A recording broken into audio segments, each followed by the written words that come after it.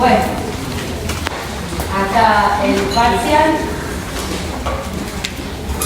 incluye entonces la unidad, el funcionalismo norteamericano, Carlson y Merton, ¿se acuerdan? Merton, anomias, funciones,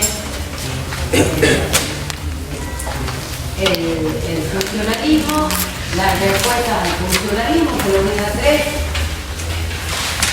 ajusten el estudio en los autores que la dirigen. Goffman, Schut,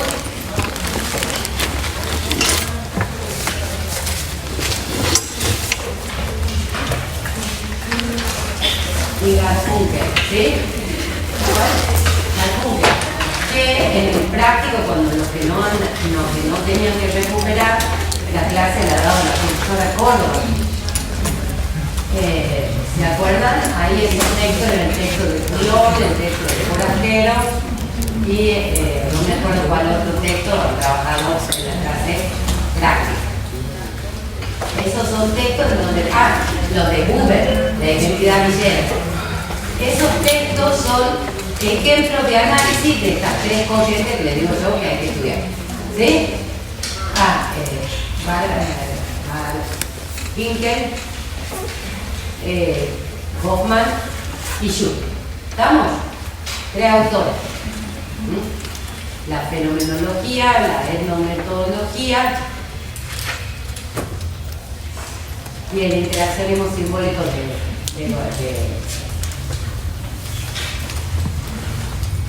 que es el texto de estigma, ¿sí? El texto de estigma de Goffman. Eso es una muestra de un análisis del interaccionismo simbólico. O sea, ajusten el estudio en esos tres autores: la fenomenología, el interaccionismo simbólico y la etnometodología. ¿Estamos? No se le va a pedir el texto de Buber. Pero en el texto de Buber, si uno lo lee, se explica el texto del estigma de Goffman. Eso como ejemplo. ¿Entiendes? De la unidad 4 hay mucha bibliografía, muchos conceptos de poder que trabaja la sociología. Imaginen que el concepto de poder es un concepto clave para la sociología y los análisis sociológicos. O sea, todas las relaciones humanas que se producen están cruzadas por algo que se llama poder. ¿Sí? Siempre hay alguien que tiene más poder que nosotros, por ejemplo. Y esas relaciones, esas acciones sociales que pasan entre las personas, ¿de verdad? Pasan a través, se constituyen con ese poder. Por ejemplo, acá hay una relación de poder. Una relación de poder. Entre ustedes hay relaciones de poder. No es lo mismo alguien más avanzado, con más estudio, ¿sí? El alumno de tercero, cuarto año que el alumno de primero. ¿No? Hay uno que tiene más conocimiento, más trayectoria, tiene más experiencia, lo que le da una posición distinta en el aula. ¿Sí? Eso para que tengan en cuenta. En su casa hay relaciones de poder, en el trabajo hay relaciones de poder, hasta en el grupo de amigos hay relaciones de poder. Por ahí a veces se desdibujan, pero hay como jerarquía. ¿Y eso por qué? Porque toda institución, para que sea tal, dice la sociología, Berger Luhmann dice sobre todo, porque toda institución, para que funcione bien esa institución, tiene que tener un nivel jerárquico. Hay uno que siempre es el referente, ¿sí?, que nuclea al resto. No sé si les ha pasado con los grupos de amigos. ¿Vieron de esa amiga que vos tenés, un amigo que se acuerda de los cumpleaños de todo, que organiza, che, cumple fulano la semana que viene, ¿qué vamos a hacer por el regalo? ¿Cómo festejar? ¿No? Entonces uno doblega su voluntad, como diría Weber, a lo que él. ¿Por qué? Porque le conferimos una autoridad, en ese caso el organizador de la joda, que nosotros no tenemos que es más fácil controlar. ¿Sí? Entonces, siempre en la relación de pareja es una lucha de poder, siempre. Uno siempre está, eso lo vamos a ver en un autor que se llama Bourdieu, que es lo entonces, de las nociones del poder, he tenido poca clase, por eso les digo, los autores, como tienen que ajustar ustedes la lectura y el estudio, es Castells, Foucault y Bourdieu. ¿Estamos? Por ahí van a soltar las preguntas de la unidad 4, por estos tres autores. Sacamos los otros autores, pero por estos tres autores sí o sí van a estar las preguntas. O sea, esto implica que les puede tocar que les pregunte, a ver, una pregunta de la unidad 4 les puede tocar que les pregunte Bourdieu, que les pregunte Foucault, les pregunte Castells, ¿sí? ¿Entendido? No quiero sorpresas, quiero que terminemos promocionando, quiero que terminen bien. ¿Ah? Y después viene, después del parcial, la recuperación viene lo que son las unidades 5 y 6. Las 5 y 6 son unidades que se trabajan en clases teóricas, pero que en las clases prácticas ustedes tienen que definirse al grupo, con el cual van a ser el tercer parcial. Porque el tercer parcial es una presentación del grupo, es donde tienen que estar presentes los temas de la unidad 5 o la unidad 6. ¿Sí? El tema de la unidad 5 es desigualdades y el tema de la unidad 6 son las nuevas formas de modernidad.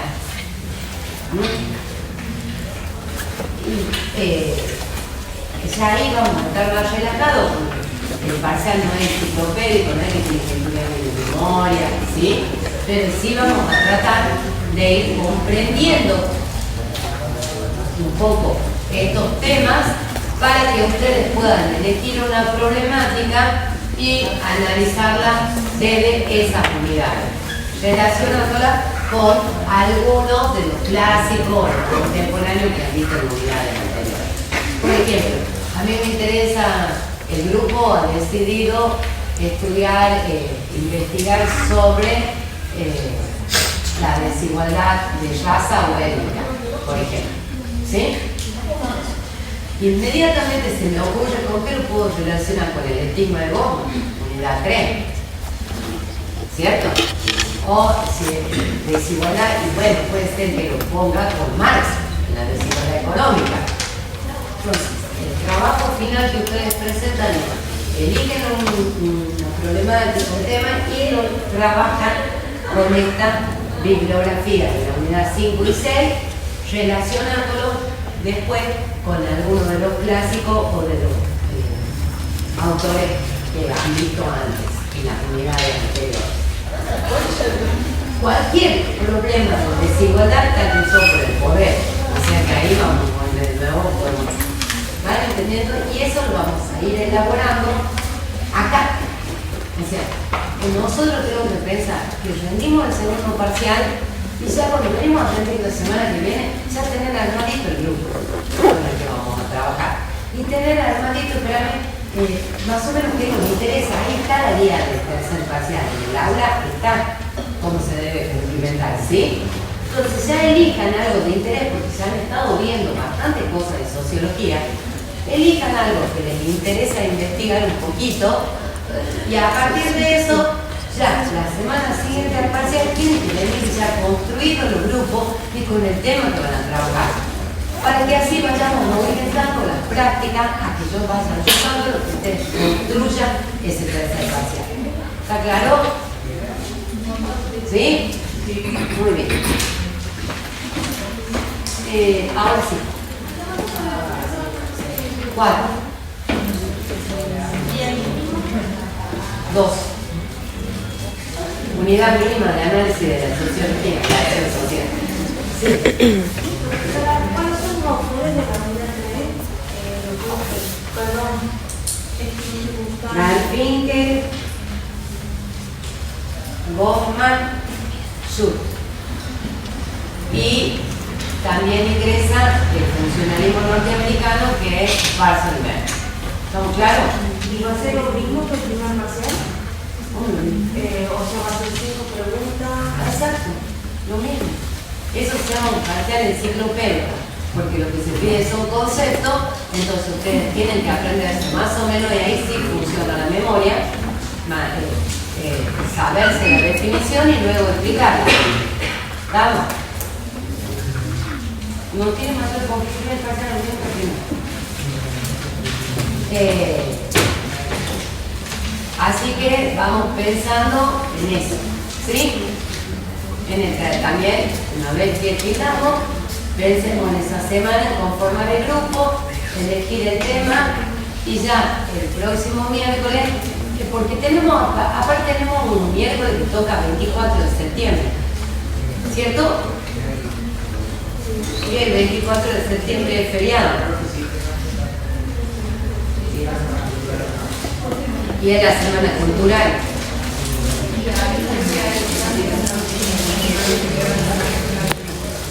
Por eso, no tenemos mucho tiempo para construir ese tercer parcial, ¿sí? Lo que les aconsejo para el tercer parcial, y por favor, ya que me llegó hasta acá, no hagan caso, porque me vaya bien. Sería yo tonto que lo haya llamado por el tercer parcial. ¿Cierto? No, perder la promoción. No.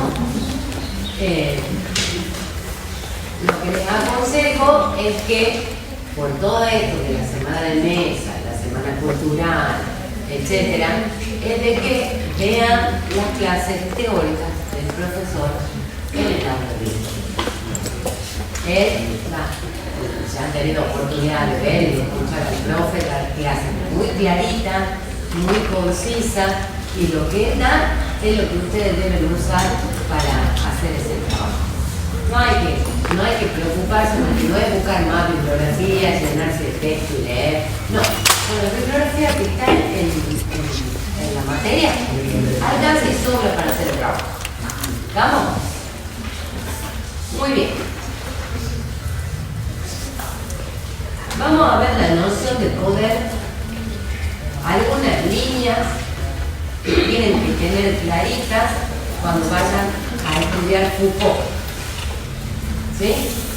Sobre todo el libro Vigilar y Castigar, que es de 1975 y que es donde encontramos la idea central de poder de Foucault. ¿Sí?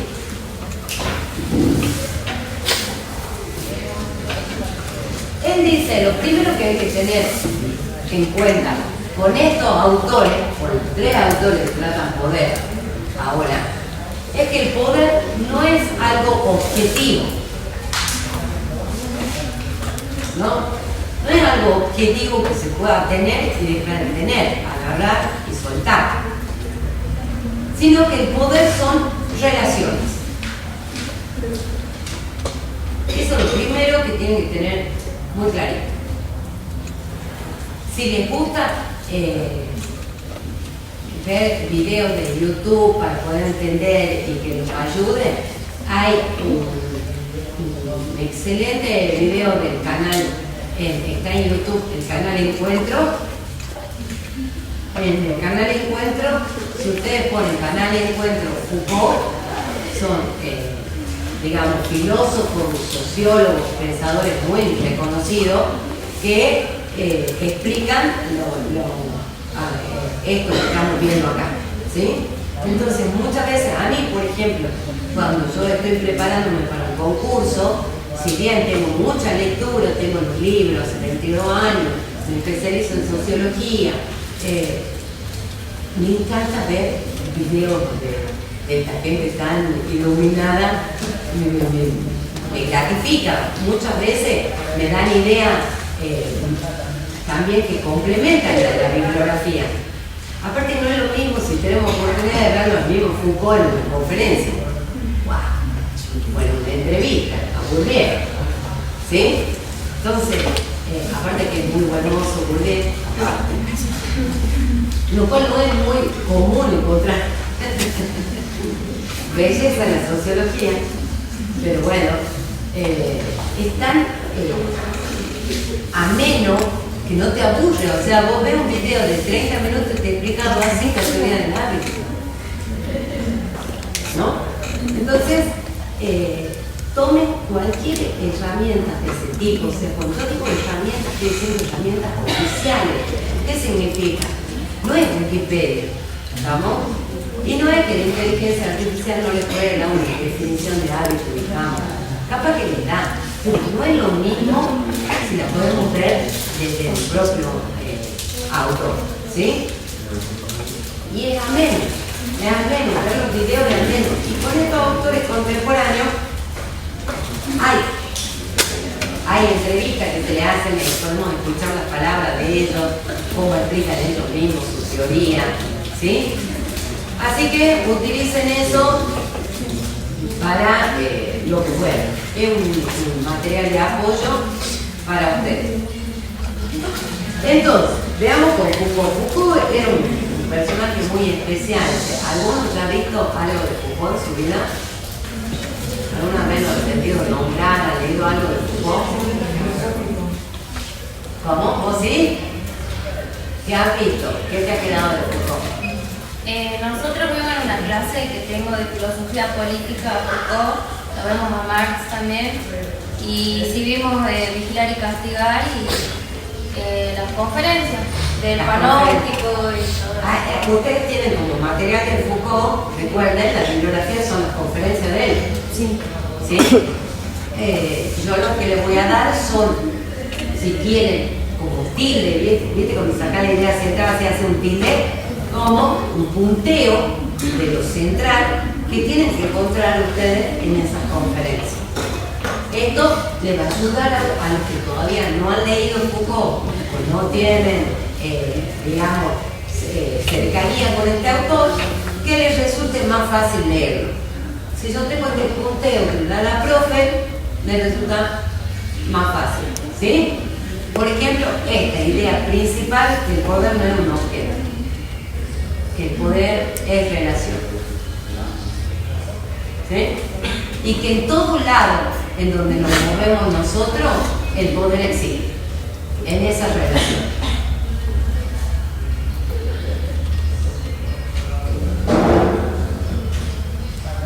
Y no son relaciones comunes, simples, dice Foucault, sino que son relaciones en donde intervienen múltiples fuerzas, dice. ¿Saben que Foucault en su época fue como un tipo muy vanguardista? Rompió con muchos cánones académicos, sufría una enfermedad mental muy grande. El interés por la psicología, él se recibe de psicólogo, lo tiene a partir de que es encerrado en un manicomio, cuando sale a estudiar psicología. Una persona que en ese tiempo ser homosexual era una anormalidad antinatural, ¿sí? Un enfrentamiento con las estructuras culturales de su tiempo. Y si ustedes se sitúan a nivel de contexto histórico, ¿qué pasaba en los años 70? ¿No?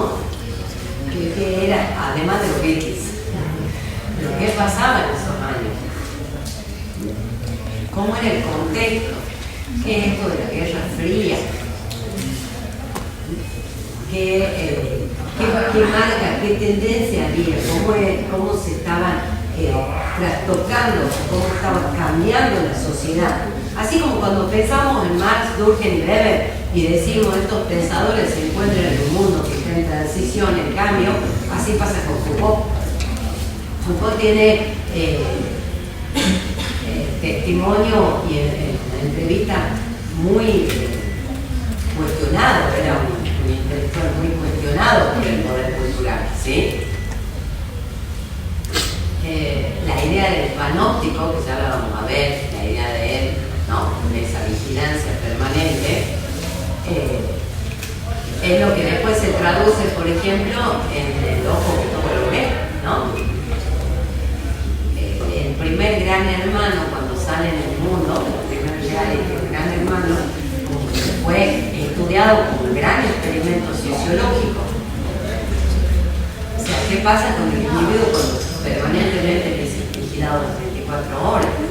¿no?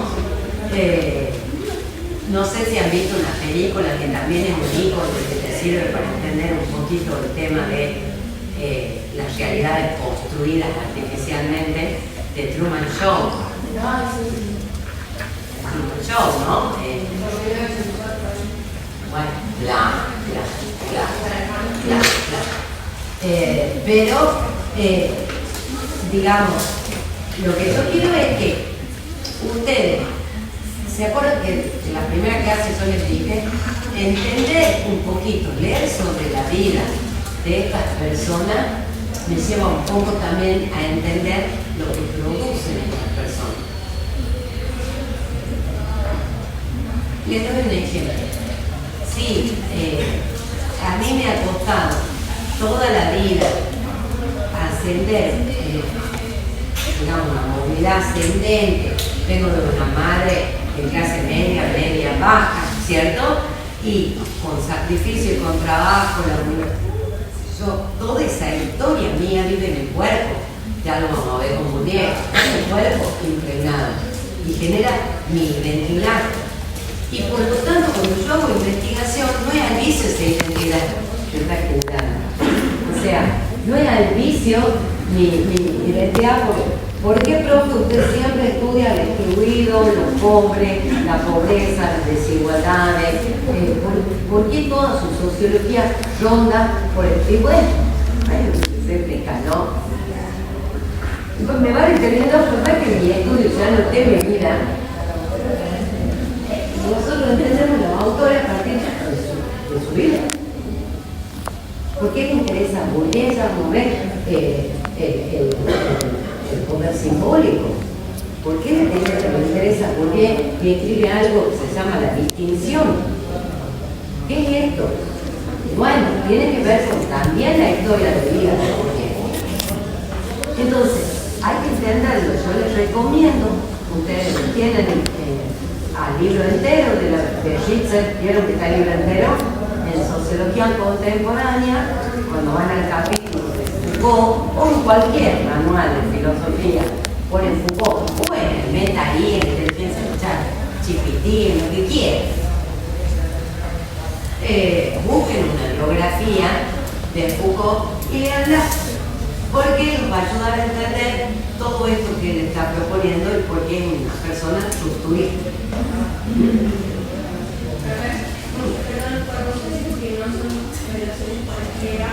Sino de fuerzas múltiples.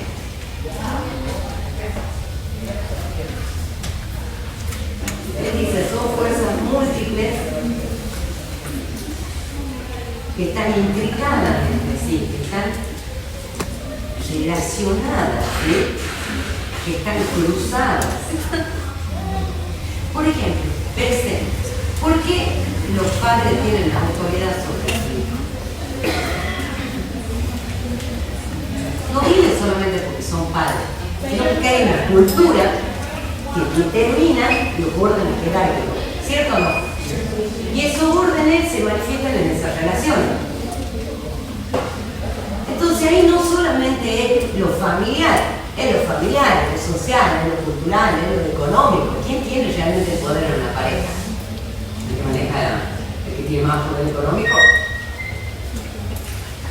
el que decide y toma la decisión y la toma porque tiene más. ¿Entienden? Cuando empezamos a hacernos las preguntas, ahí nos damos cuenta que no es tan simple. Que el presidente no tiene poder porque solamente el presidente y el gobierno, sino que en esa relación de poder no hay una fuerza, hay múltiples fuerzas. Digamos ahora, si el mercado se opone, si el sindicato se opone, si la población civil se opone, ¿cuál es el poder que tiene un presidente y un gobernante? Si el legislativo se le opone, si la justicia se le opone, ¿me van entendiendo? Entonces, el poder está construido por fuerza, no una, múltiples fuerzas.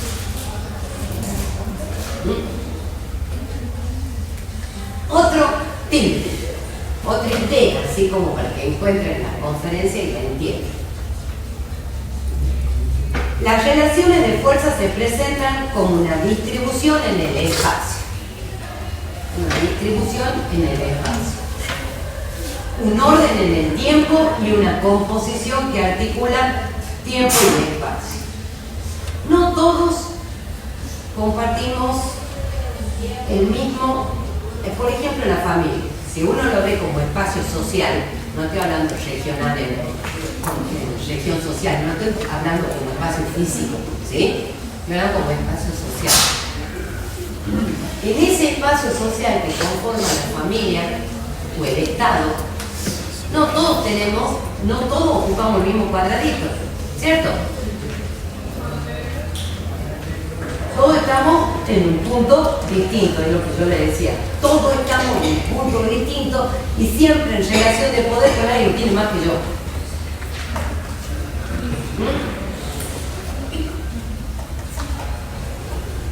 El poder, también dice Foucault, no lo ejerce solo un nivel social sobre otro. Esa sería la lectura marxista. ¿Se acuerdan el concepto de ideología de Marx? Él acá lucha con ese concepto. Porque la ideología para Marx era los dueños de los medios de producción son también los dueños de los medios de producción de ideas. Y por lo tanto, la ideología es la imposición de esas ideas para formar conciencia. Y cuando se formaba esa falsa conciencia, reproducíamos las relaciones de poder. O sea, pensar que como obrero no tengo otra alternativa que seguir siendo para poder alimentar a mi hijo, ¿sí?, implica sostener la relación de poder del burgués sobre nosotros. Entonces, Foucault dice, no es tan simple, esa sería una relación directa. De hecho que acá entran múltiples fuerzas, que no todos tienen el mismo espacio, ¿sí? Están en el mismo lugar en ese espacio.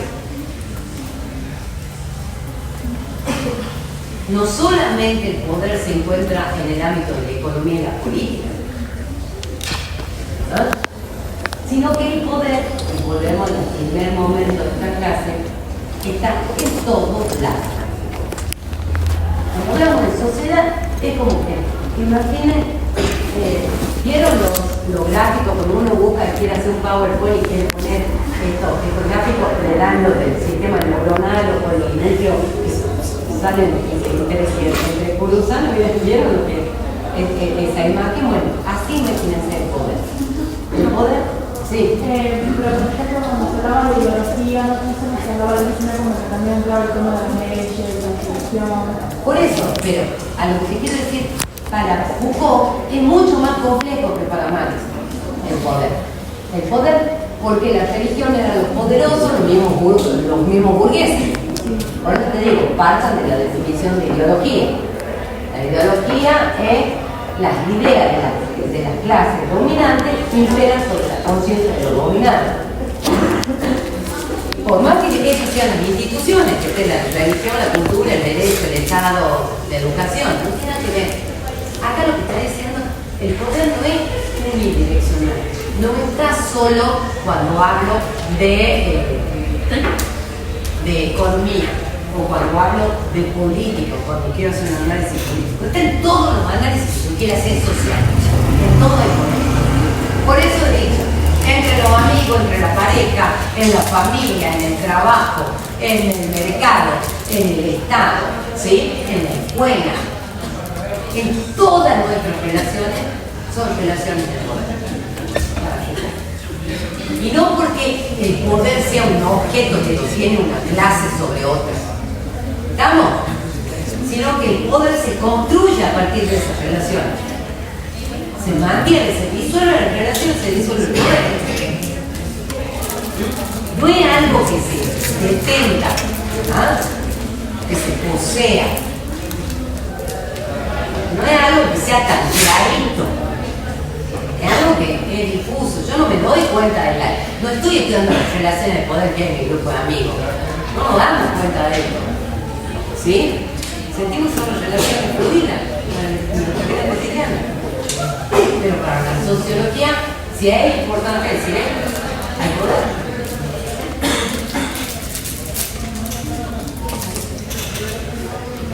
El poder, y acá está una frase así determinante que no implica esto que acabo de decir,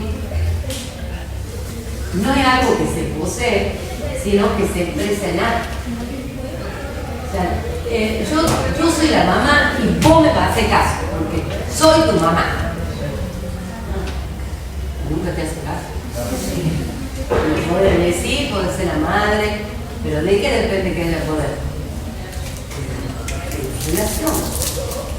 ¿De qué? Porque no digas sea una acción. ¿De qué sirve una ley si no sanciona? No copiarse. Si se lo piden copiando en un examen, se arma un expediente, el expediente va por mesa de entrada, se estudia, se hace un juicio administrativo, si salís como culpable no podés cursar, tenés suspensión desde meses a años a de por vida por estudiar en la universidad pública en Argentina. ¿Eso en Chile te copian? ¿Qué poder tiene esa ley? ¿Están entendiendo? No basta con decir soy la madre, soy el presidente, soy el dueño de la empresa, si yo a ese poder no lo realizo en mi relación social. Entonces, si sigo siempre amenazo a mi hijo con poner penitencia, si volver a hacer, si volver a faltar al colegio, vuelve a faltar al colegio, la próxima de la penitencia, nunca hay penitencia, ¿qué poder tengo yo?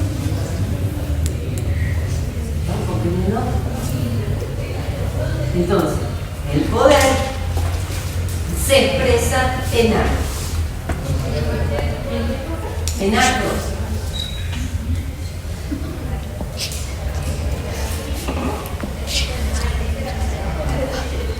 Y a la vez, esas relaciones de poder de las que estamos hablando implican discursos para Foucault.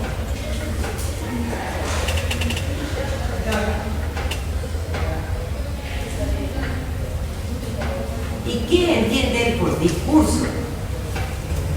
Un sistema de ideas.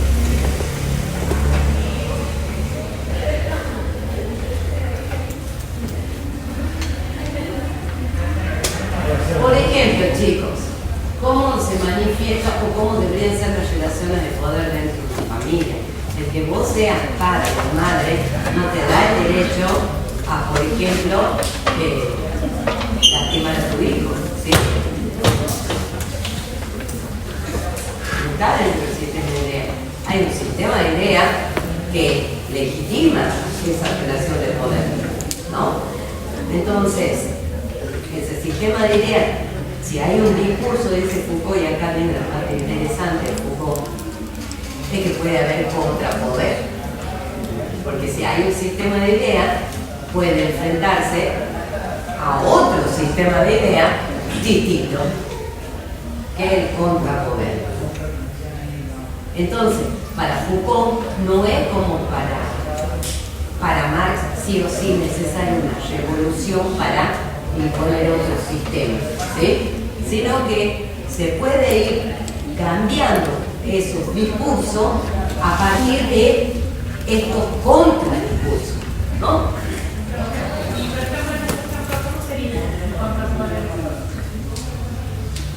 Por ejemplo, ¿cómo hemos modificado el sistema de dar clases en la universidad? Cuando yo tenía la edad de ustedes, ¿sí?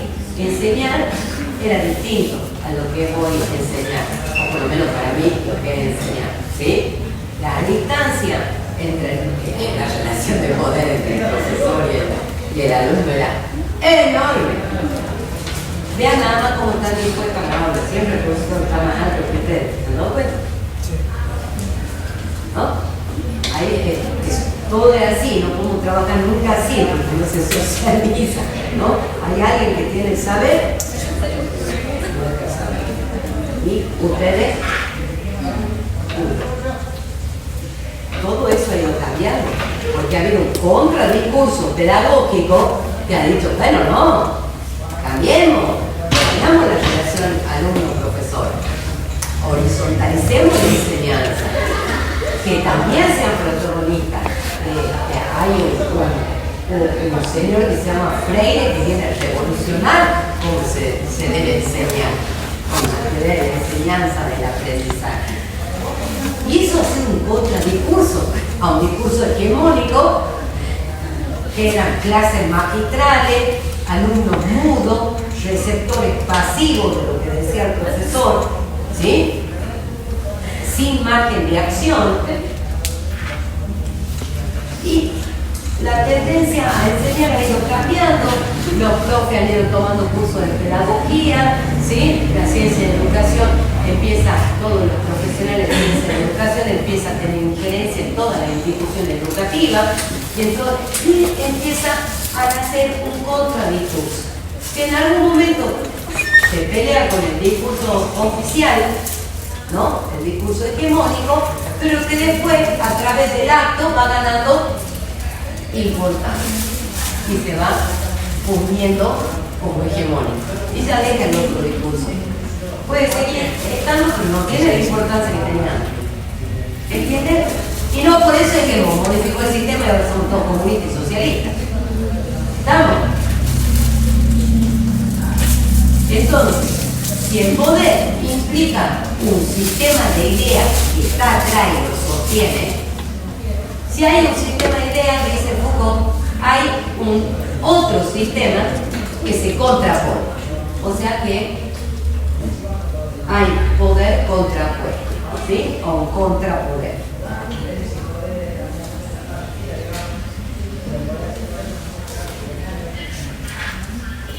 Y si hay un contrapoder, lo más importante y lindo de Foucault es que se genera una resistencia.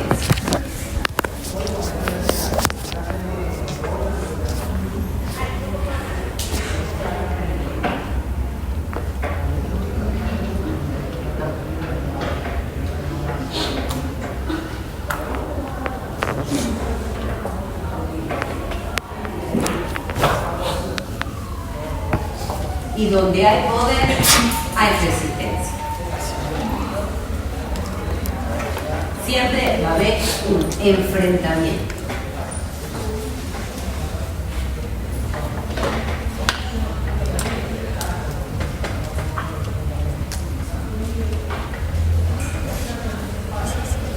Y dice, el poder, otro tilde, el poder no solo lo ejerce el Estado, el mercado, sino también los individuos, en todas sus relaciones. Por eso acá no tiene que ver la clase social. ¿Van entendiendo? Acá no es cuestión de clase. Acá, del grupo que tenga la misma clase social, hay relación de poder.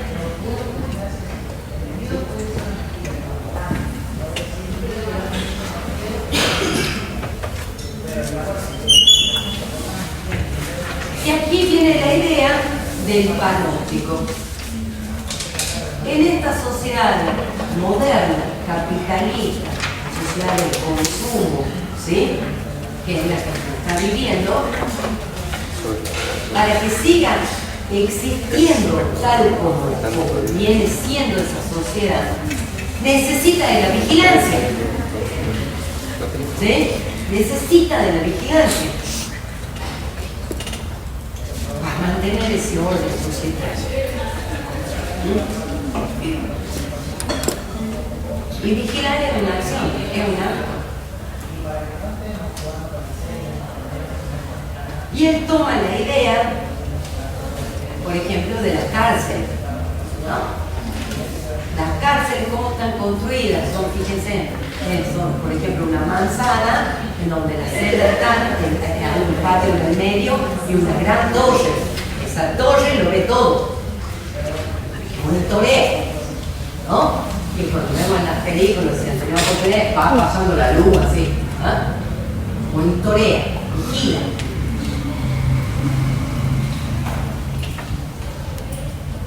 Entonces, esa idea de panóptico es esa idea de un ojo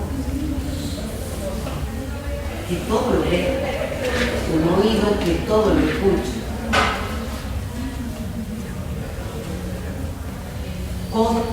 Eso no es que exista de por sí, es una construcción. Es una construcción, ¿sí?, social que se hace para mantenernos vigilados nosotros. No es nada. no es la naturaleza una cárcel o una construcción humana, ¿cierto? Es un edificio que lo construye humano, que alguien ha hecho el plan para construir. Porque los colegios, sobre todo los colegios de antes, no sé si alguien ha ido a un colegio, por ejemplo, María Auxiliadora, El Sagrado, cualquiera de esos colegios, la Normal. Fíjense cómo es. Está en patio, todas están las aulas. Ahí, todos están hacia el patio. ¿Se han dado cuenta? Y la idea de vigilar el preceptor que va paseando por los pasillos, ¿no? Fíjense también todos uniformados. Todos uniformados. O sea, ese panóptico que hace igual condiciones bajo reglas estrictas. Son estas instituciones lo que Althusser, que es el otro autor que ustedes tienen, que dice los aparatos ideológicos del Estado. Althusser es marxista, digamos, moderno, que propone los aparatos del Estado. Los aparatos del Estado están la iglesia, la cárcel, la escuela. O sea, que imaginen ustedes que para que una sociedad que esté ordenada, no sea muy conflictiva, esta sociedad de consumo capitalista requiere el ojo que todo lo ve. Sentir que nos están vigilando implica portarnos bien, al modo que haya una resistencia a esa vigilancia. ¿Sí? Que a veces no nos están mirando, pero ya tenemos la idea de que sí, estamos siendo vigilados. Más ahora, qué sé yo, Foucault se hubiera vuelto loco con lo de ahora. Entonces el otro día estaba buscando en la computadora, en la PC, acá estaba mi celular, ¿cierto? Estaba buscando en la PC comprar un pasaje para ir a Italia en el invierno. Entonces estaba buscando pasaje, todo en la cosa. Abro el celular, pero veo un WhatsApp. No sé por qué parece que el micrófono está abierto, el video. Ahí nomás me salió me sacó la inteligencia Gemini, la inteligencia artificial, y me daba alternativas recorridos por Italia. De verdad, chicos, te digo, yo me asustaba. Una cosa es que sale la propaganda del pasaje, cada vez que yo entre, juego al jueguito y te sale en la YouTube, para obtener más vida, hacerme propaganda. Y cuando ve el anuncio, es lo que puede estar buscando. ¿Puede ser un ejemplo de panóptico que lo pusieron ahora acá de donde la no, o sea, el caso también se hablan bueno, todas las cámaras, todo lo que te filmen.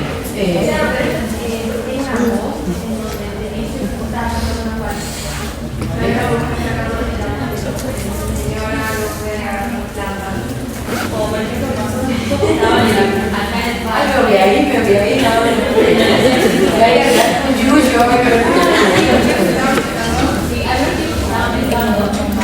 si no se puede besar, tiene que dar la guitarra, la pedir documentos, ¿qué va a pasar? Bueno, estamos en una sociedad, por eso le digo, ¿qué diría Foucault hoy, no? Por esos carteles interesantes, porque el cartel está estudiando las redes, cómo se están manifestando las relaciones de poder en las redes sociales. Entonces, la idea del panóptico es la idea de que si vos te comportas fuera de lo que dice esa doctrina, ese sistema de ideas, ese discurso que organiza las relaciones de poder en el acto, te va a castigar. Él dice, qué lástima que no llegamos a ver Bill Luján, que es algo mucho más actual de poder, pero lo pueden tomar para cuando hagan la unidad 5 y 6. Pero en la época de Foucault, estamos hablando de 1975, 1980, me pregunto de verdad, en esa época, Foucault dice, todas estas relaciones de poder, ese mismo panóptico, está generando locos en una sociedad.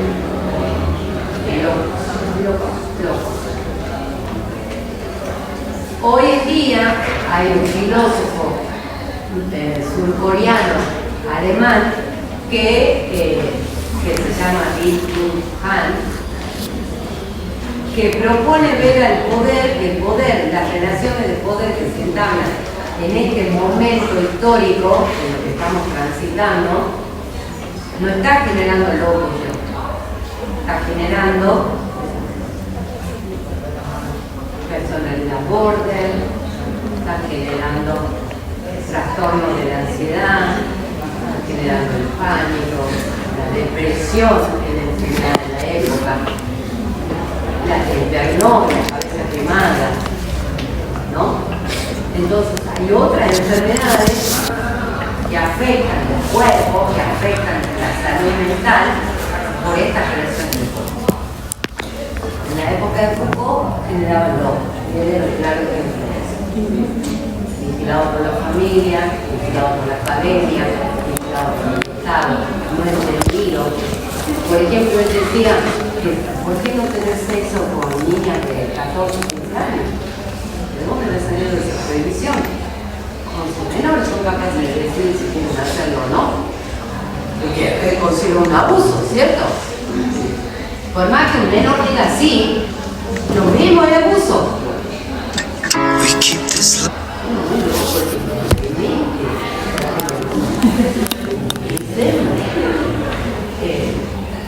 Pero bueno, él es producto de esa época, por eso le digo, está bueno analizarlo Foucault en la época de Foucault. ¿Se acuerdan? En la época de los hippies, en la época de Vietnam, de la guerra de Corea, de los fracasos bélicos, donde se empieza a cuestionar el poder del Estado, ¿sí? Cuando en Estados Unidos se pierde la guerra de Vietnam, empiezan a cuestionar el poder de la guerra, ¿sí? Cuando ven cómo quedan los soldados que viven de la guerra, ¿ah? y los veteranos, ¿ya? Entonces se pone en jaque esa idea de guerra que había quedado de la Segunda Guerra Mundial, ¿no? Empiezan a caer grandes relatos y después terminan cayendo en el 89 con la caída del muro de Berlín. Y ahí ponemos como época de otra era, ¿sí? Entonces piensen en la época en que Foucault imagina cómo nos vigilan y cómo nos castigan, ¿sí? Entonces, el panóptico lo podríamos definir como un conjunto heterogéneo, es un dispositivo de poder. Eso, claramente. Y esto es un conjunto heterogéneo que comprende discursos, decisiones reglamentarias, instituciones, leyes, instalaciones edilicias, que se configuran como red.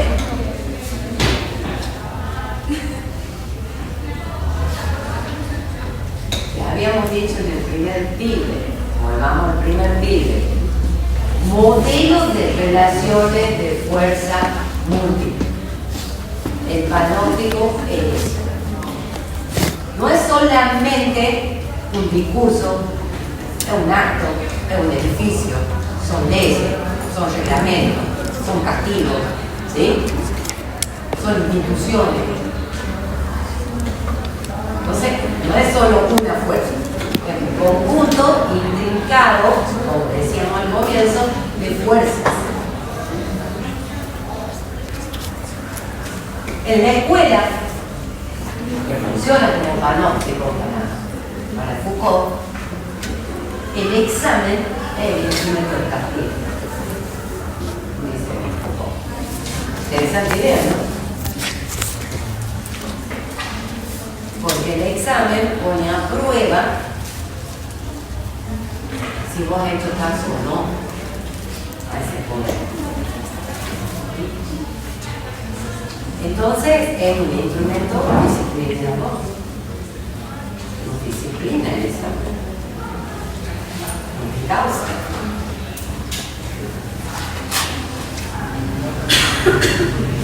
Y no solo en la escuela, sino que permanentemente estamos dando examen en nuestra vida.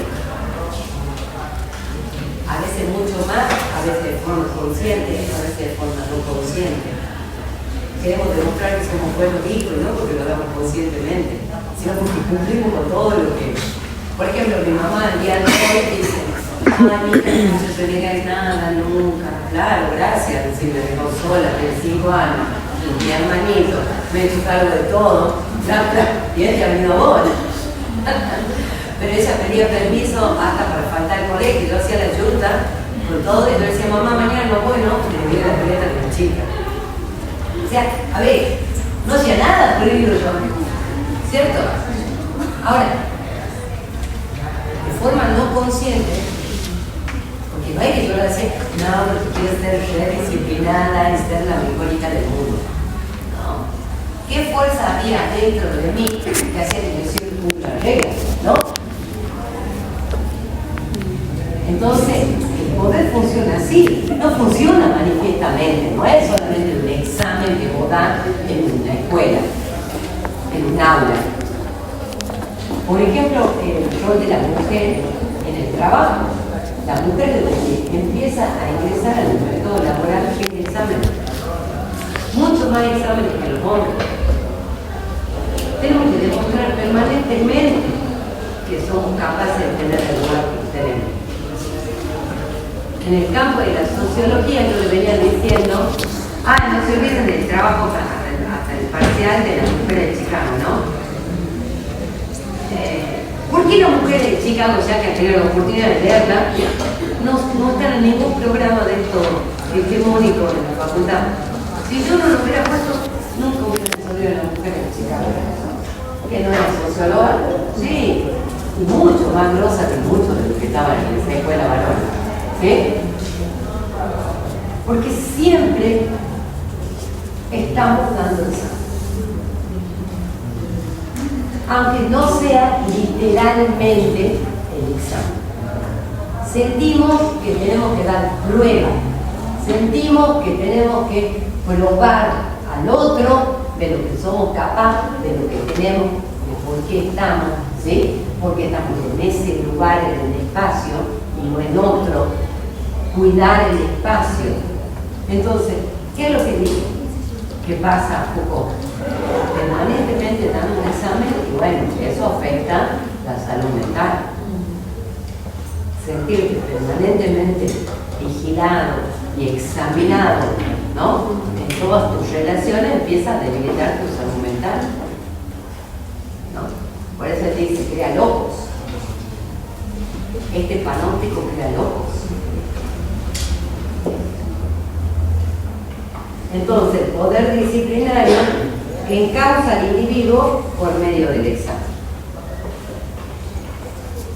Y finalmente, el último tilde para que veamos este autor, que se llama Foucault, y ustedes puedan entender a partir de estos tildes, cuando lo estudian, el poder, dice Foucault, es la fuerza principal que estructura el orden social. Por eso digo tanto importante el concepto de poder en la sociología. Bueno, también en las ciencias políticas. Bueno, en todas las ciencias sociales. ¿Sí? En las ciencias de la comunicación igual. Uy, qué importante decía yo. Seguramente lo van a ver, ¿no? Ciencia de la comunicación, si es que no han visto ya Foucault. ¿Sí? El poder es la fuerza principal que estructura, ¿qué? Pensar. ¿Qué es lo que estructura el poder? A la sociedad, la estructura social, el orden social.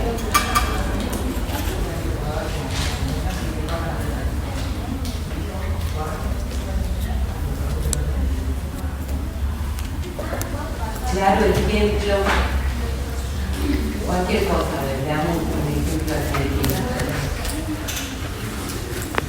Cuando empieza a perder poder, capacidad de vigilar, un Estado, un gobierno, ¿sí? uno de los poderes del Estado, ¿qué pasa en la sociedad? Empieza a generarse ¿qué? Desorden. Puede ser que entre el concepto de la nómina. Sí, pero no relaciona a Foucault con Merton. Son otros, sí, es todo lo social. Todos te van a hablar del cambio, del orden, del poder. Todos te van a... ¿Se acuerdan del cuadrito que hay ahí, en donde están los principales conceptos y de acuerdo a cada paradigma? Todos investigamos lo mismo, pero lo investigamos desde miradas distintas. Esos son los paradigmas. ¿Sí? O sea, conflicto social te lo investiga un bebé como un perro. A eso me refiero. ¿Cómo lo investigamos? Es donde se diferencian las corrientes. ¿Estamos? Y acá estamos hablando de poder. Si es una línea subjetivista más que funcionalista. ¿Ah? ¿A qué vamos acá? Vamos a ver. Empieza cuando empieza a disminuir el poder presidencial. Ustedes vieron que nuestra democracia es una democracia que se marca por la propia Constitución como presidencialista, se llama. Hay otras democracias de otra forma, ¿sí? Hay democracias parlamentarias, por ejemplo. Entonces acá el poder, si bien tenemos tres poderes que conforman el gobierno de nuestra nación, hay un poder que es el poder ejecutivo que ejecuta, un poder legislativo, un poder judicial. Y el ejecutivo no es presidencialista. O sea, en la figura del presidente reside todo el poder. ¿Estamos? Entonces, cuando empieza a debilitarse el poder presidencial, ahora, ya, hasta hace un mes y medio ganaban las elecciones, ahora el domingo en la provincia de Buenos Aires. Todas las encuestadoras, te guste Milei, no te guste Milei, te guste Karina, no te guste Karina, ganaban. Se iba a pintar el país de violeta en octubre. Vean, hace 10 días, todas las nuevas encuestas, focus group, ¿qué está pasando? ¿Qué pasa? No puede salir así una caravana, no, ¿qué pasa? El sube riesgo país, ¿no? Salen todos los economistas amigos, desde Cavallo, semejante, desde Cavallo en adelante, ¿a qué? A aplastar la política que está llevando a cabo ese ejecutivo. Ya ni los TikTokers de ellos aparecen. ¿No? Ha perdido la calle, se dice, eso lo están diciendo. Pero además, tiene un poder legislativo que le venía acompañando todo y que desde antes del escándalo de la coima ya no lo acompaña. Una justicia que tampoco está más desvalorizada en todos los poderes, pero tampoco que tiene mucho a las relaciones con la justicia, ¿sí? ¿Van entendiendo? Entonces, ¿qué empieza a producirse? Desorden. Empieza a tambalear el orden.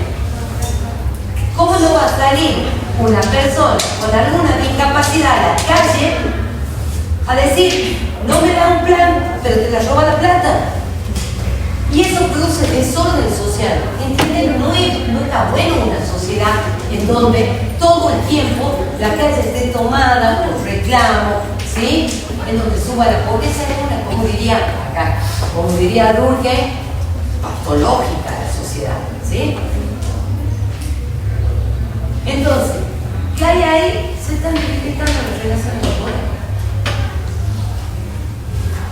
Ahí nos damos cuenta que no basta con solo ganar la mayoría de los votos, sino que hay que sostener esa mayoría, que hay que sostener relaciones con los otros lugares de poder que hay en la sociedad.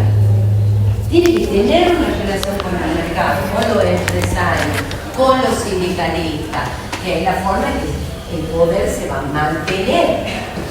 Ahora, cuando esa fuerza empieza a debilitarse, ya no es tan intrincada, no es tan relacionada, ya no están sosteniéndolo. Entonces se empieza a hablar de crisis institucional. Lo que pasó en 2001-2002. Un presidente que abandona el helicóptero. un candidato que se va en una moto. Es tremendo, uno se ríe, pero fíjate, es tremendo, estamos hablando de orden. Entonces, eso es lo que dice Foucault,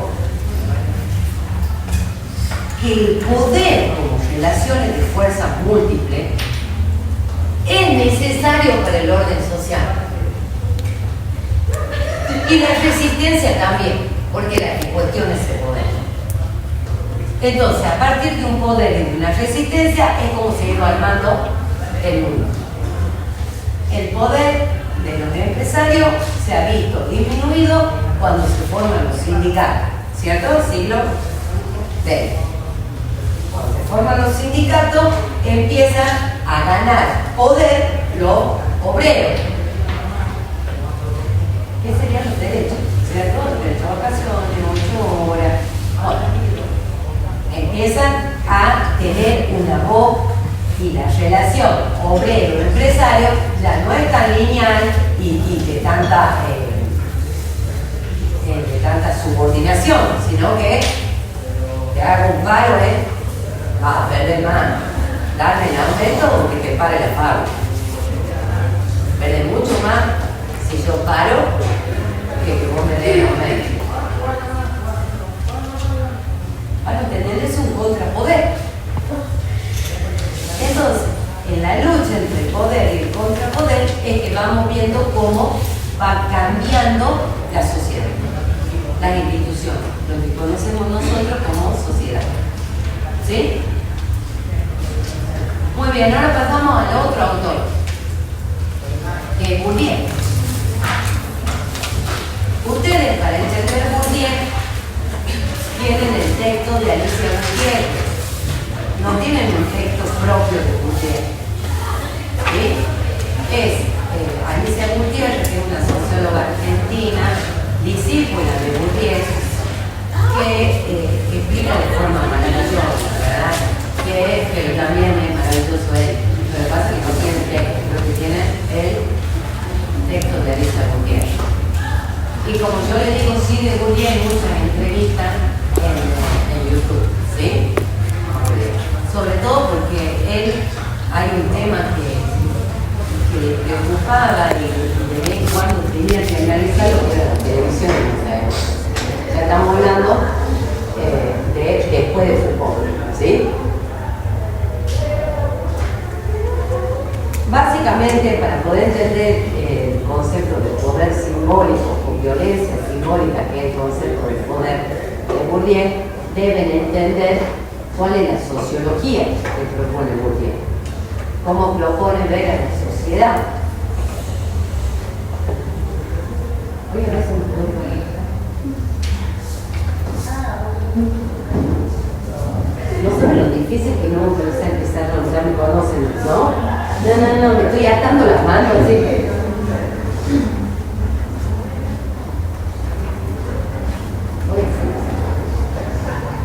Ay, poquito. Así me dice, mamá, me interesa, pero no puedo.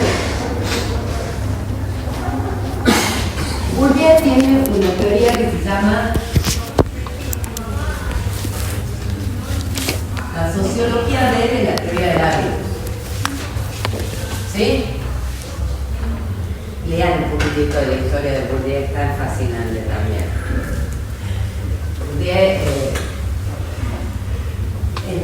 no vivía en París, vivía en un pueblito. Si tendríamos que... Es más, él lo dice, la clase social a la que pertenecieron, la clase baja. Por unos premios, por unas postulaciones, unas relaciones, logra entrar a la escuela de París. Entonces se desplaza de ese pueblo a París, a la mejor escuela en ese momento. Y ahora también, junto con la Sorbona, en París. Y en la escuela de París estudia sociología, filosofía, antropología. Y el pertenecer a esa escuela empieza a sacarlo de las clases sociales. Eso es lo que llamamos la ascendencia, ¿sí? Ascender. O sea, tanto el hábito que se genera desde la infancia en él se va transformando hacia una clase donde ya no es la clase baja, es una clase media intelectual relacionada con algo de poder. Puesto que él carecía todo eso. Pero eso nunca lo dejó tranquilo a Bourdieu. Bourdieu sentía la culpa por haber podido crecer. Porque él decía, yo he tenido la oportunidad, azarosa, no azarosa, por esfuerzo, no esfuerzo, pero muchos como yo siguen enlazados sin poder ascender. Entonces, ¿por qué yo sí y otros no? Entonces, la desigualdad social es lo que fundamenta todo su interés por la teoría. ¿Por qué? La injusticia de esa desigualdad. Llega a escribir un libro maravilloso que se llama La miseria del mundo, en donde él recorre varios lugares en el mundo, hace su propia antropología y muestra las desigualdades estructurales en el mundo. Entonces lo importante que era para él esto, ¿no? El hábito. Y cómo el hábito determina nuestra identidad y cómo esa identidad se manifiesta en la sociedad, en el campo. Entonces, la teoría de hábitos es ver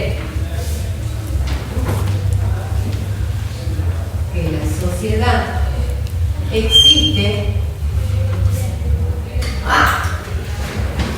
No puedo. Si alguien hace, ¿me puede correr ese cable?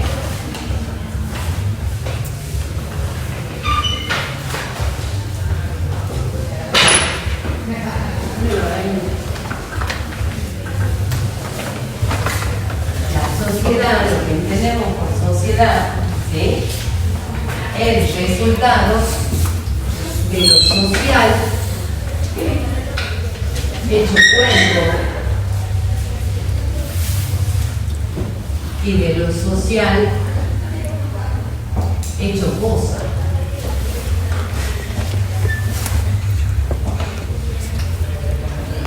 Hasta acá nosotros veníamos diciendo que la sociología se funda en tres paradigmas.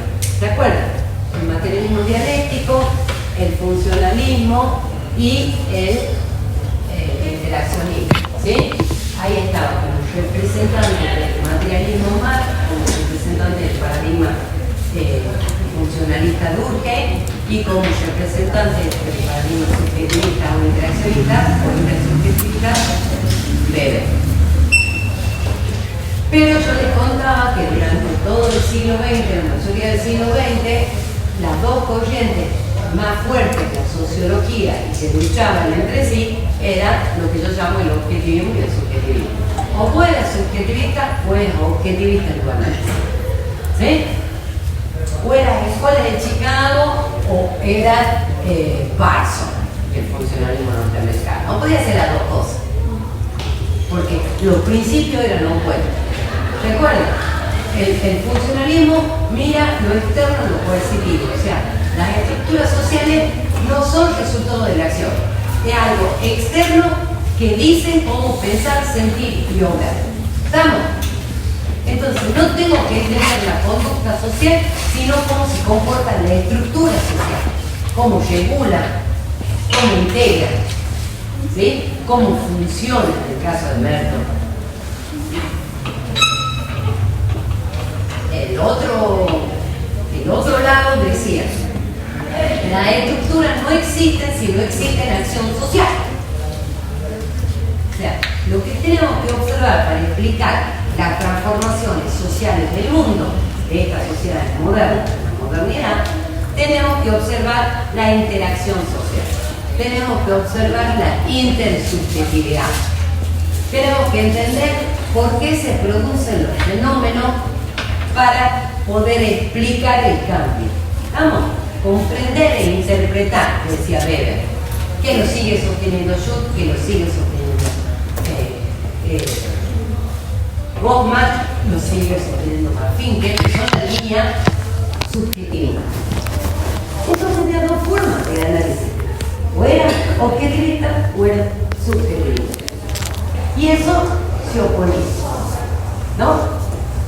Cuando nosotros hablamos de la sociología contemporánea, que es la que se produce cuando cae el muro de Berlín, por eso digo años 90 en adelante, hasta ahora, la sociología da un giro epistemológico muy grande y nos dice, y bueno, para hacer el análisis, un análisis sociológico, no necesariamente tengo que estar de un lado o de otro.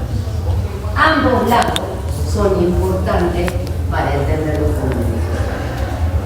Y acá viene como ejemplo la teoría del hábito estereotipo, la teoría de la estructuración de Albertine, la teoría del micro macro de Alexander, ¿no?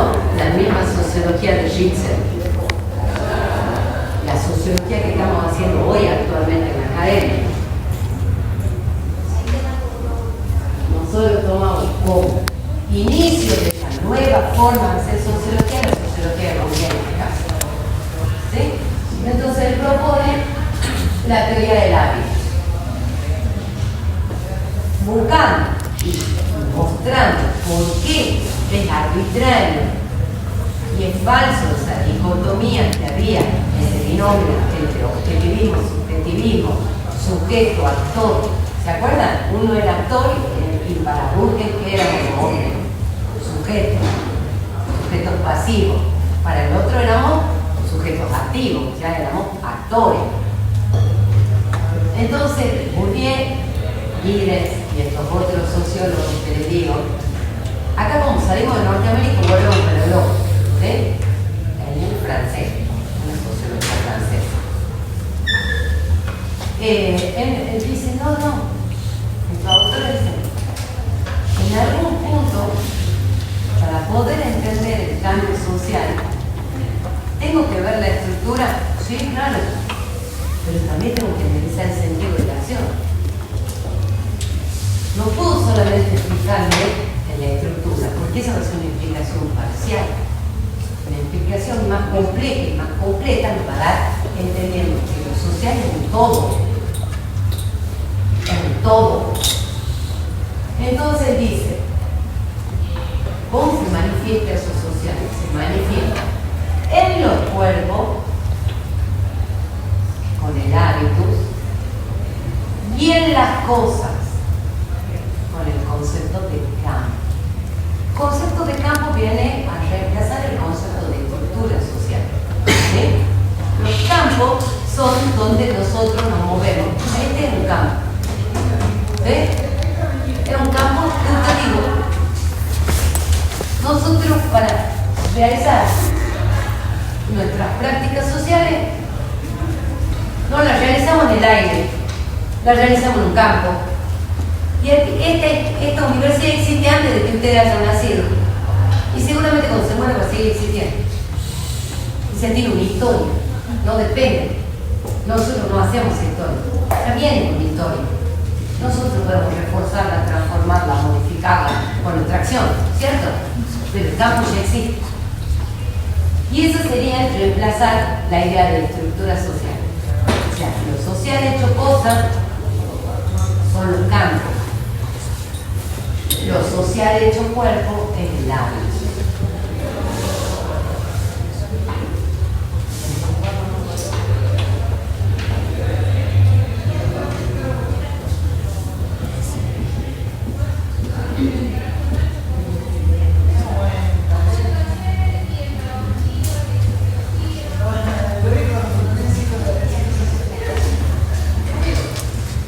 Yo quiero hacer un esquema. El hábitus es la generación de las prácticas sociales, lo que genera que los actores lleven a cabo las prácticas sociales, lo que permite que nosotros actuemos en nuestro mundo.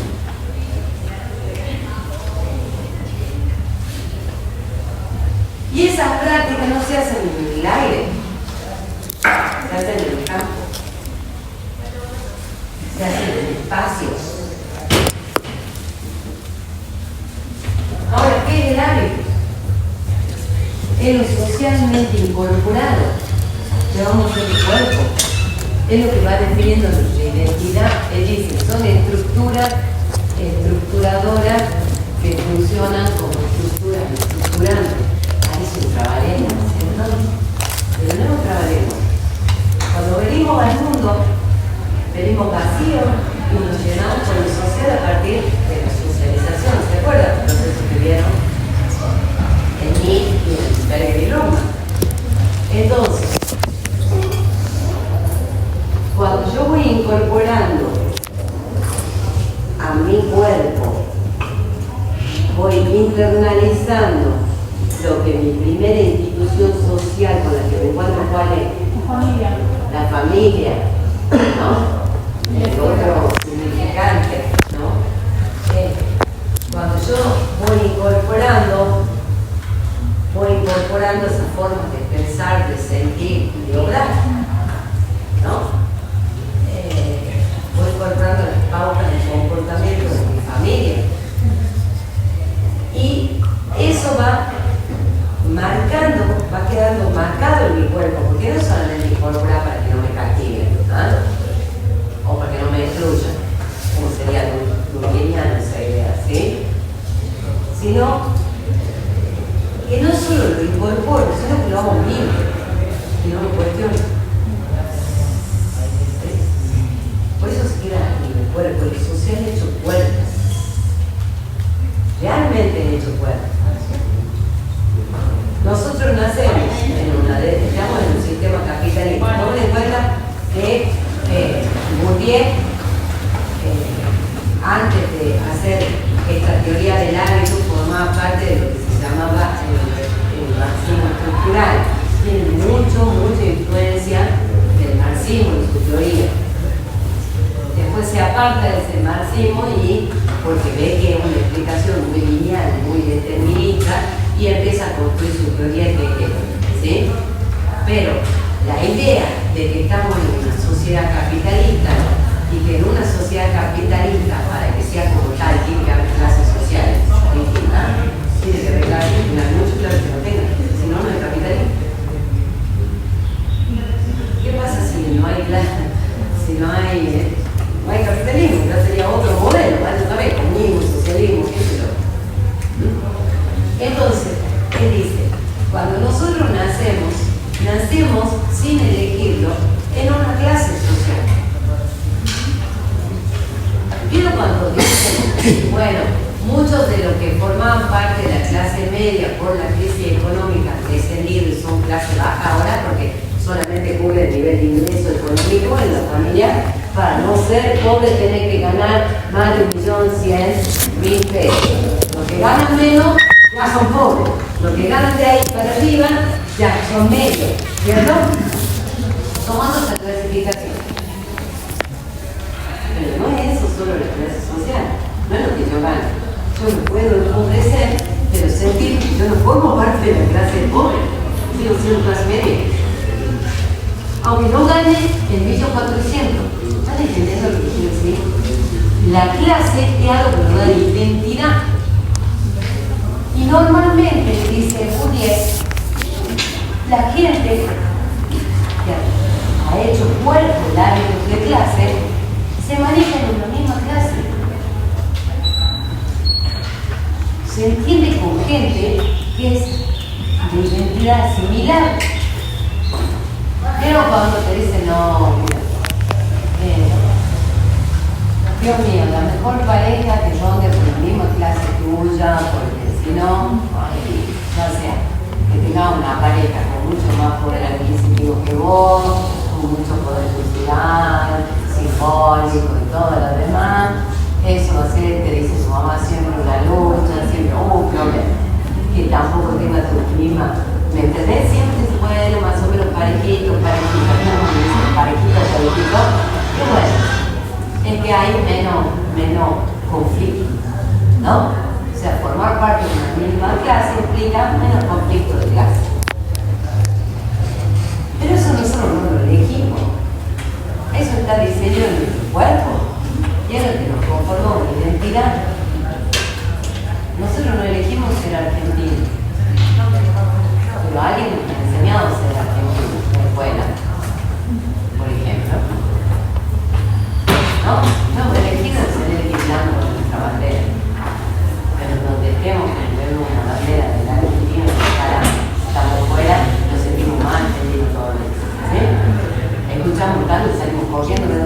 el tango. Capaz que nunca te gustó el tango, pero el tango es mío. Pero si vos no escuchás tango, pero acá sí, en Europa sí, ¿no ves que lo encuentro? ¿Cierto? Y ese es el hábito, esas son las estructuras que ya existían previamente a mí, pero que cuando ingresan a mí estructuran mi pensamiento, estructuran mi forma de sentir, estructuran mi acción y me dan y me confieren identidad.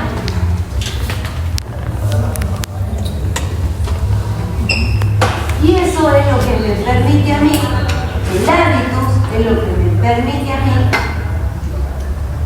llevar a cabo las prácticas sociales. Entonces, hábitus, prácticas, cambio. En Alicia Gutiérrez busquen tu concepto porque nos va a servir para poder entender cosas también de igualdad, ¿sí?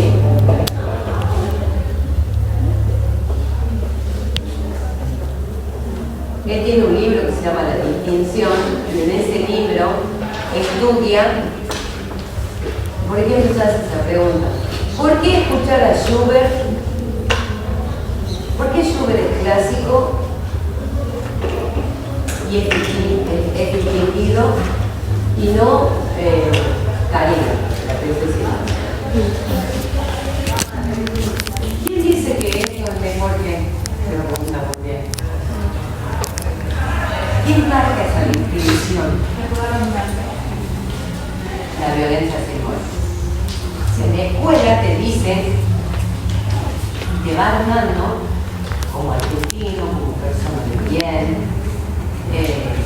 te va dando pautas de conducta, ¿cierto? Te da valores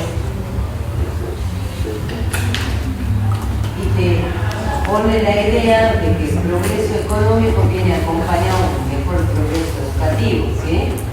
Cuanto más educado, cuanto más formado, mejor alternativa vas a tener para triunfar, para aumentar el poder adquisitivo, ¿sí? Y entonces, hasta en la familia escuchamos lo mismo. No, pero estudia más, mi hija se servía, aunque sea del tiempo, guardar mi hija, compra por alguna, estudia en la universidad, pero abrir caminos que si no lo tenés, capaz que no se te abren, ¿vieron? Sobre todo los que venimos a la universidad tenemos esa fuerza, ¿no? El hábito de universitario, ¿no? Que nos van empujando y bueno, así se manifiesta el hábito. Y si hoy están sentados acá, es porque se ha creado de ustedes una identidad de alumnos que la vienen aprendiendo desde que tienen 4 años y entran a la salida del jardín. Y que siguen manifestando con sus prácticas estudiantiles. Y esas prácticas necesitan dónde llevarse a cabo. La identidad de estudiantes, de aprendices, necesita un espacio. Si no, no hay. ¿Cómo se va a construir? ¿Cómo se va a mantener esa identidad? ¿Y dónde se mantiene? ¿Y dónde se sigue construyendo? En los ámbitos. En la escuela, en el carmencito, en la escuela, en el secundario, en la universidad, en el posgrado, ¿sí? Son campos en donde ustedes van a poder practicar el aprendizaje. Y ya lo llevan impregnado. Ya ustedes no necesitan preguntarse qué es ser estudiante. Ya lo hacemos de forma automática. Porque ya está en nuestro cuerpo, ya tenemos la plata, forma parte de nuestra vida, en nuestro cuerpo. ¿No? La idea de ser productivo en una sociedad, de trabajar, eso está impregnado en hábitos. ¿No? No es solamente una práctica. Es decir, si no tengo trabajo, deprimirme el cine. Miren ahora lo que sucede. Cuando uno se jubila, hay 2 opciones en el jubileo, ¿no? Si vos has vivido para trabajar, entonces jubilarte seguramente te va a llevar a una depresión al inicio muy fuerte. Porque tu vida es el trabajo. ¿Qué es lo que la mayoría hace? Vivir para trabajar en la sociedad capitalista, ¿sí? Ahora, trabajar para vivir, y vos decís, ahí mi jubilación, si yo veo que lo único que tengo en la vida no es la universidad, sino que tengo mi idea de conocer el mundo del pelo, mi idea de hacer cerámica.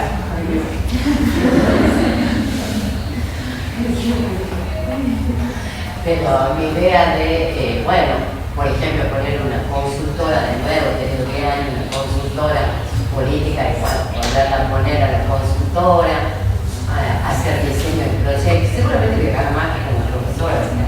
Lo que estoy diciendo es que lo que se produce en mí que va a ser una crisis identitaria. ¿Qué soy?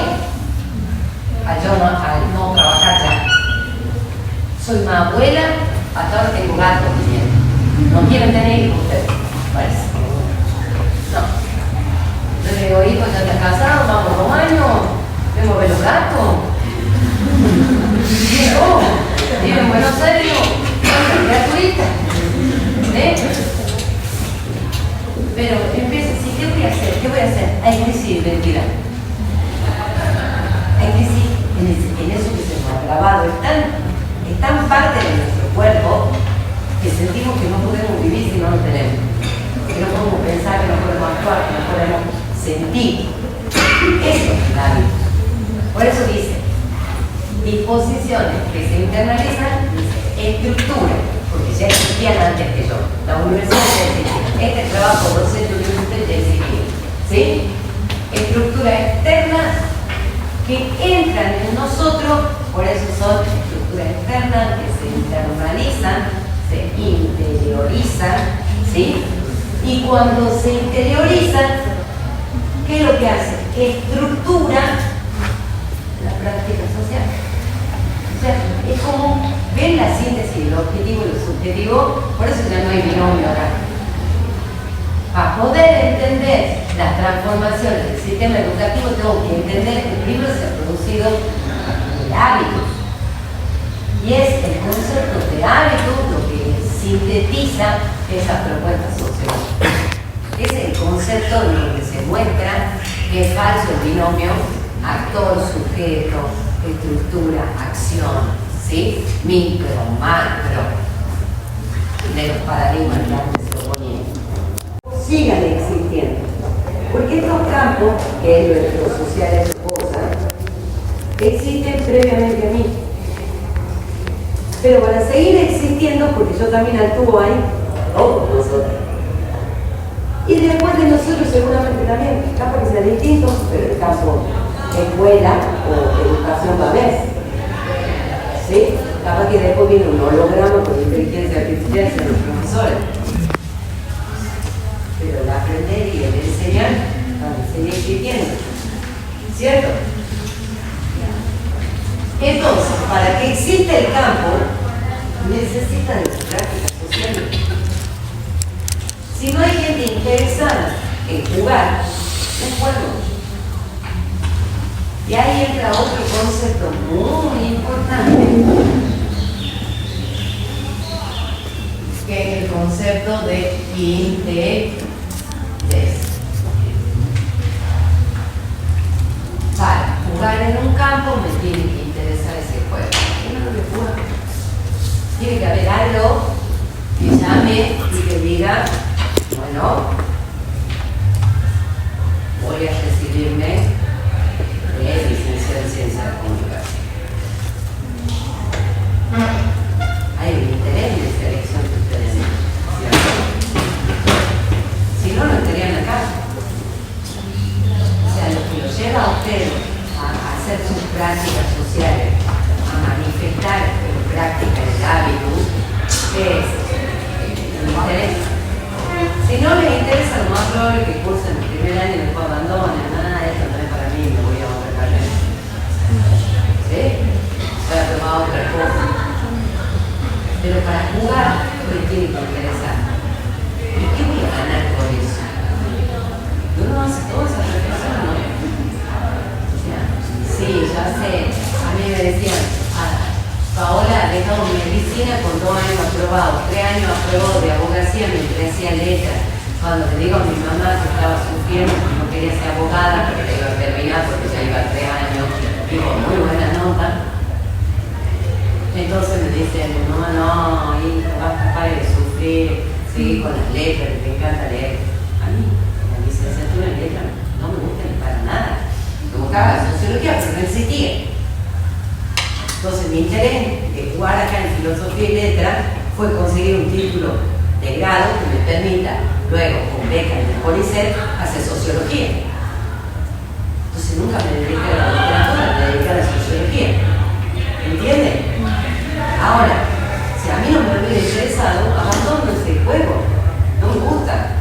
Medicina, llegó al segundo año, mi papá médico me mete en el quirófano, cirujano.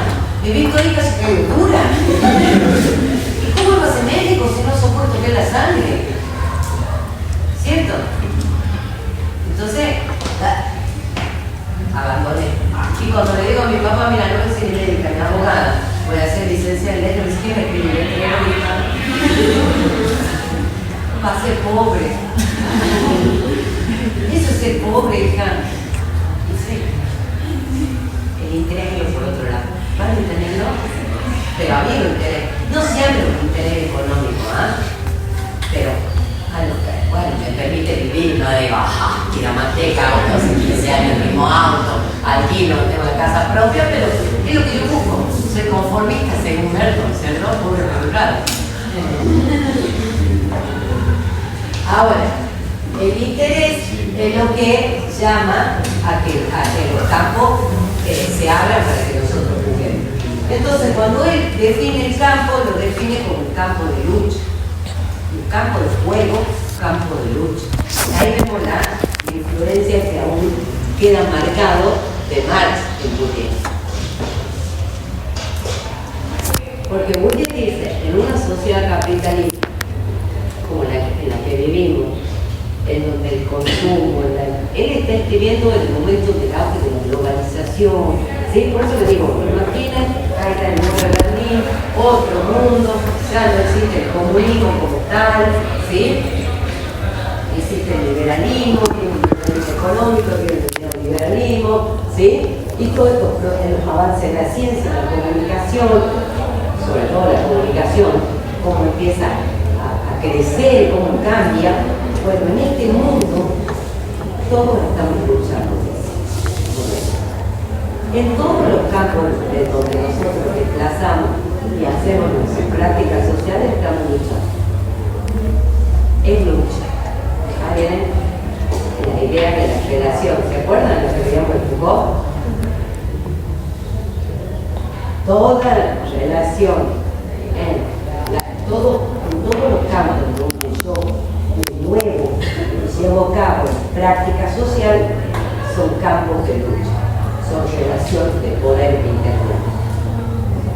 Porque nosotros en esta sociedad siempre lo importante de esta sociedad queremos más. ¿No? El consumo ilimitado, lo que se llama la necesidad de ilimitar. Cuanto más mejor. No nos conformamos, queremos siempre más. Entonces, cuando uno ingresa en una empresa a trabajar, porque está interesado en cobrar un sueldo, pues tiene que mantener. Y la madre ya tiene 17 años, anda a vivir solo. ¿Cierto? No, pero 27, vive conmigo. El chico ya es grande, ¿no? Bueno, pero mamá, yo en casa viví sola. ¿Cómo querés que hacer? ¿Querés organizar? ¿Cierto? Entonces, bueno, sí. Cuando uno inicia, por ejemplo, su inserción en el mercado laboral, no lo inicia para permanecer siempre en el mismo lugar. ¿Cierto? ¿Qué quiero yo? Crecer en mi trabajo. Yo quiero ir creciendo dentro de mi empresa. Y hoy en día, cuando sobre todo el recurso humano, cuando uno toma entrevista a las personas, en los consultores yo hacía selección de recursos humanos, una cosa que a mí me llamaba mucho la atención, Hace 2 meses he hecho una selección para una empresa en Buenos Aires, de favor, así porque es amigo mío. Pero me ha llamado mucho la atención una cosa que hoy escucho del joven que llega pidiendo trabajo. ¿Cuál es mi techo en qué empresa? O sea, está ingresando, ya está preguntando cuál es el techo.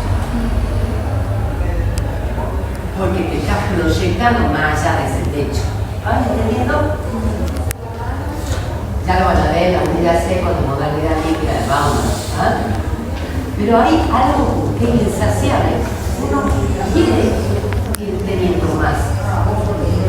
Uno tiene esa idea de que puede llegar a los 50 años con Dios, que los 50 años que está trabajando, no quiere que los 50 ya tenga más tranquilidad para elegir qué hacer.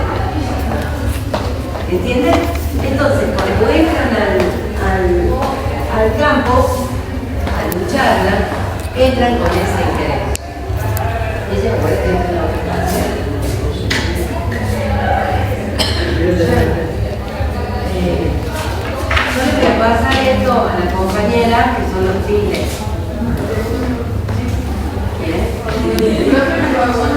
Ay, cómo le gusta que le pasen cosas. No, no voy a poner el ¿Puede decir que a los autores no lo estudiamos con los cuadros que utilizamos en el cuatrimestre pasado? Lo podés estudiar con el cuadro, pero con la bibliografía, porque el cuadro, acuérdate, es como el que yo te estoy diciendo. No hay desarrollo teórico del cuadro. El cuadro le tiene que servir como para